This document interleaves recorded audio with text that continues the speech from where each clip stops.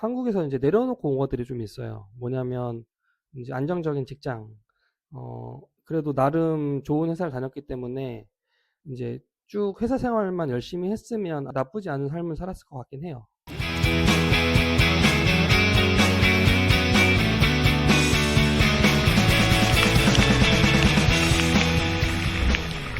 안녕하세요. 한다면 한다입니다.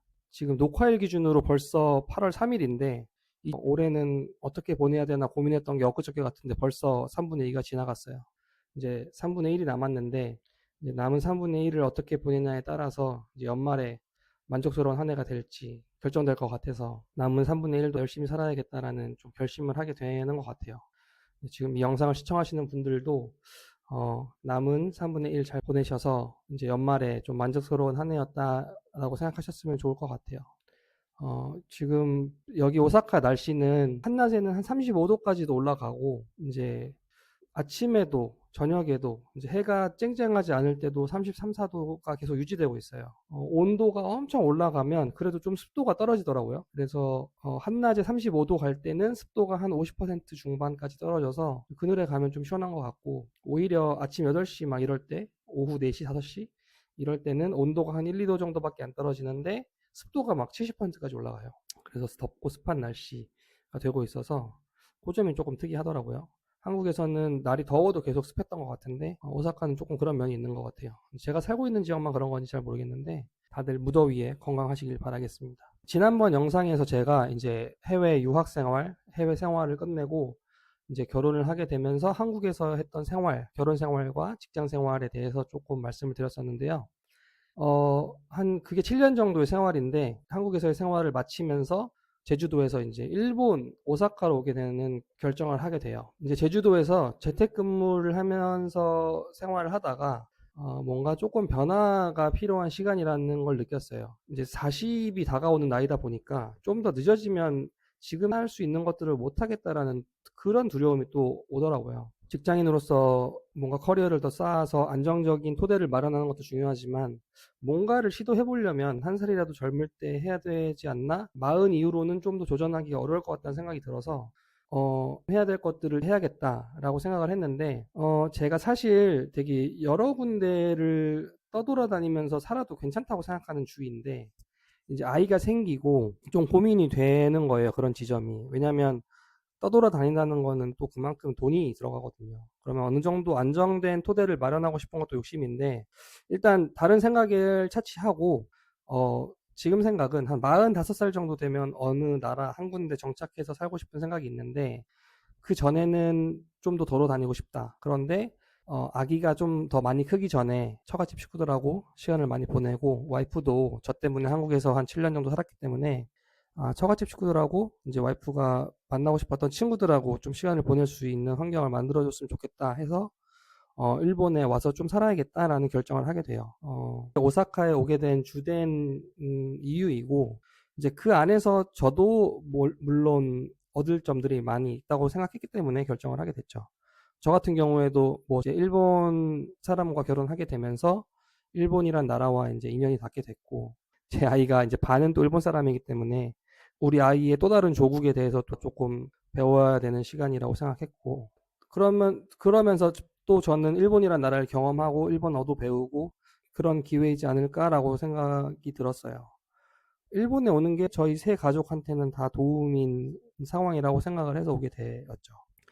이제 뭔가 목표나 목적이 없으면 좀 효율적으로 살지 못한다는 걸 깨달아서 일본에 오면서 조금 세웠던 목표가 있는데요. 이제 한 세 가지 정도 되는데 하나는 이제 일본을 떠날 때 일본어를 좀 자유롭게 하는 수준까지는 끌어올리고 싶다. 두 번째는 일본 국내 여행을 다니고 싶다.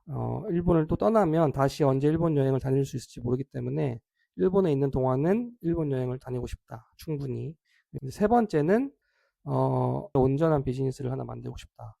직장 생활도 해보고 싶은 마음이 있는데 이렇게 한 3개 정도가 목표였어요.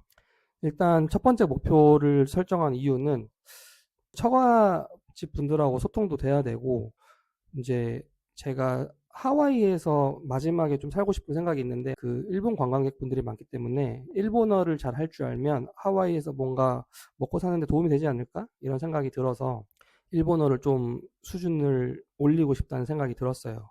이제 뭐 겸사겸사죠, 저한테는. 제 가족들이 일본 사람들도 있고, 살고 싶은 곳이 하와이다 보니 이제 일본어를 하면 도움되지 않을까라는 게 하나가 있고, 이제 아무래도 성적 같은 거 목표를 정해놓으면 좋기 때문에 JLPT N2 정도는 따고 싶다. 이런 게 지금 성적 기준으로는 달성하고 싶은 목표고, 두 번째로 이제 일본 여행 같은 경우는 지금은 제가 여행을 잘 못 다니고 있어요.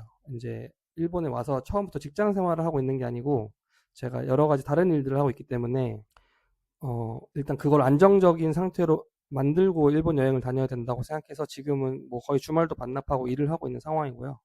그래서 이제 제가 9월 말이 되면 일본에 산지 1년 정도 되는 시점인데 이후에는 좀 일본 여행을 많이 다닐 계획이에요. 그때 되면 아마 여행 컨텐츠 같은 것도 조금 많이 만들 수 있을 것 같고, 그리고 세 번째로 제 온전한 비즈니스를 만드는 거가 목표라고 했는데, 이게 사회 직장을 구하는 것도 그렇지만 어떤 시장에 뛰어들어서 내 걸 온전하게 만든다는 거는 시간이 걸리는 일인 것 같아요. 그래서 지금 그것도 열심히 하고 있는 상황이고, 제가 일본에 오면서 얼마나 일본에 살까라는 생각을 좀 했었는데 지금 기준으로는 한 4년 정도 생각하고 있어요. 일본 교육에 대해서 제가 되게 만족하는 편은 아니고 기대하는 편은 아니어서 이제 애기가 초등학교 저학년 정도까지만 일본에 살고 다른 곳에 또 가고 싶거든요. 제가 생각하는 좋은 교육은 하나 더 알고 두 개 더 알고 이런 거를 기대하는 건 아니고, 이제 아이가 생각의 틀에 갇히지 않는 거를 목표로 삼고 있거든요. 근데 그런 면에서 뭐 일본은 그렇게 좋은 선택지는 아니어서 애가 조금 더 크면 좀 더 생각을 자유롭게 할 수 있고 하고 싶은 걸 자유롭게 할 수 있는 나라에 가서 살고 싶다는 생각이 있어요. 홈스쿨을 포함해서. 그런 걸 고려하다 보니까 한 4년 정도 일본에 살면 적당하겠다 이런 계산이 좀 됐고, 지금 1년 정도가 지난 시점이에요. 한 10개월 정도. 그래서 남은 3년을 어떻게 살 것인가를 얼추 구상을 해놨지만 이제 그걸 어떻게 실현해 나가느냐가 또 숙제인 상황입니다.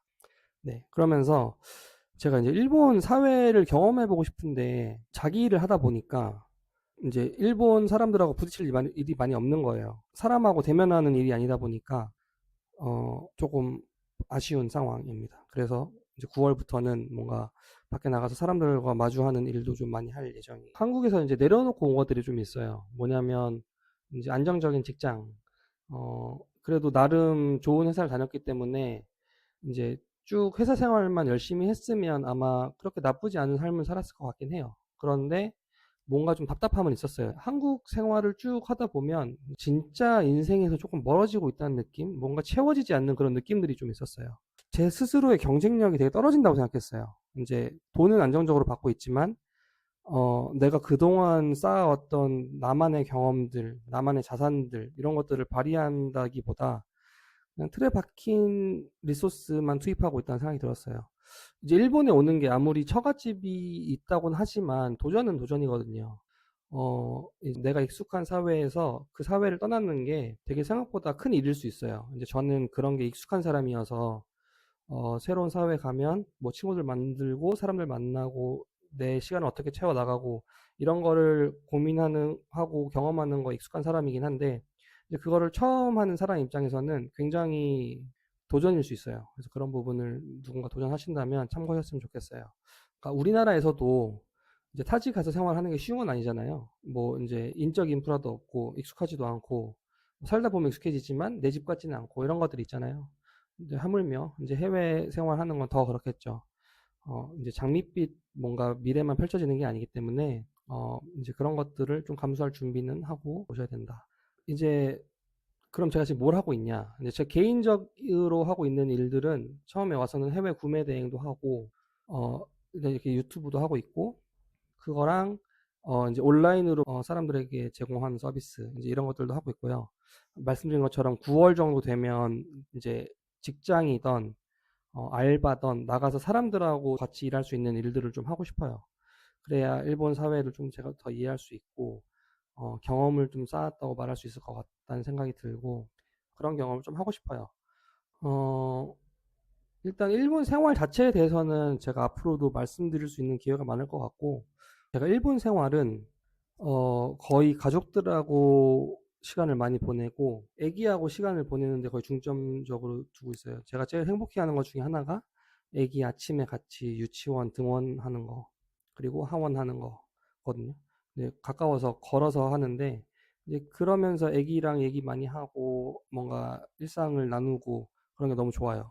그런 면에서 보면 제가 인생에서 중요하다고 생각하는 것들을 하고 있어서 좀 기분은 나은데, 아직 경제적으로 뭔가 토대가 완성되지 않아서 그런 점들은 조금 아쉬운 것 같아요. 그런 것들을 이뤄가고 있는 단계고, 일본은 이제 여기 와서 살기 전에도 이제 처갓집이었다 보니까 1년에 몇 번씩 와서 뭐 방문하고 생활하고 이런 것들 때문에 막 어색하거나 그렇진 않거든요. 근데 아직 언어가 잘 안 되고 사람들하고 부대끼거나 친구들을 만들면서 뭔가 생활하고 있는 건 아니어서 아직 조금 100% 채워지고 있다는 느낌은 안 들어요. 근데 아까 말한 것처럼 이제 애기하고 시간을 많이 보내고 있는 상황이어서 그런 것들은 조금 만족하면서 지내고 있는 상황입니다. 네, 이제 생활적인 거 관점으로는 앞으로의 컨텐츠에서 제가 좀 많이 다룰 수 있을 것 같고, 네, 지금까지 제가 호주, 시애틀, 하와이, 스페인, 한국 생활 거쳐서 이제 오사카까지 오게 된 저의 도전기에 대해서 말씀드렸고요. 다음 컨텐츠부터는 이제 제가 지금까지 했던 뭔가 도전들을 주제나 도전별로 말씀드리는 컨텐츠가 될 것 같아요. 긴 영상 시청해 주셔서 감사합니다.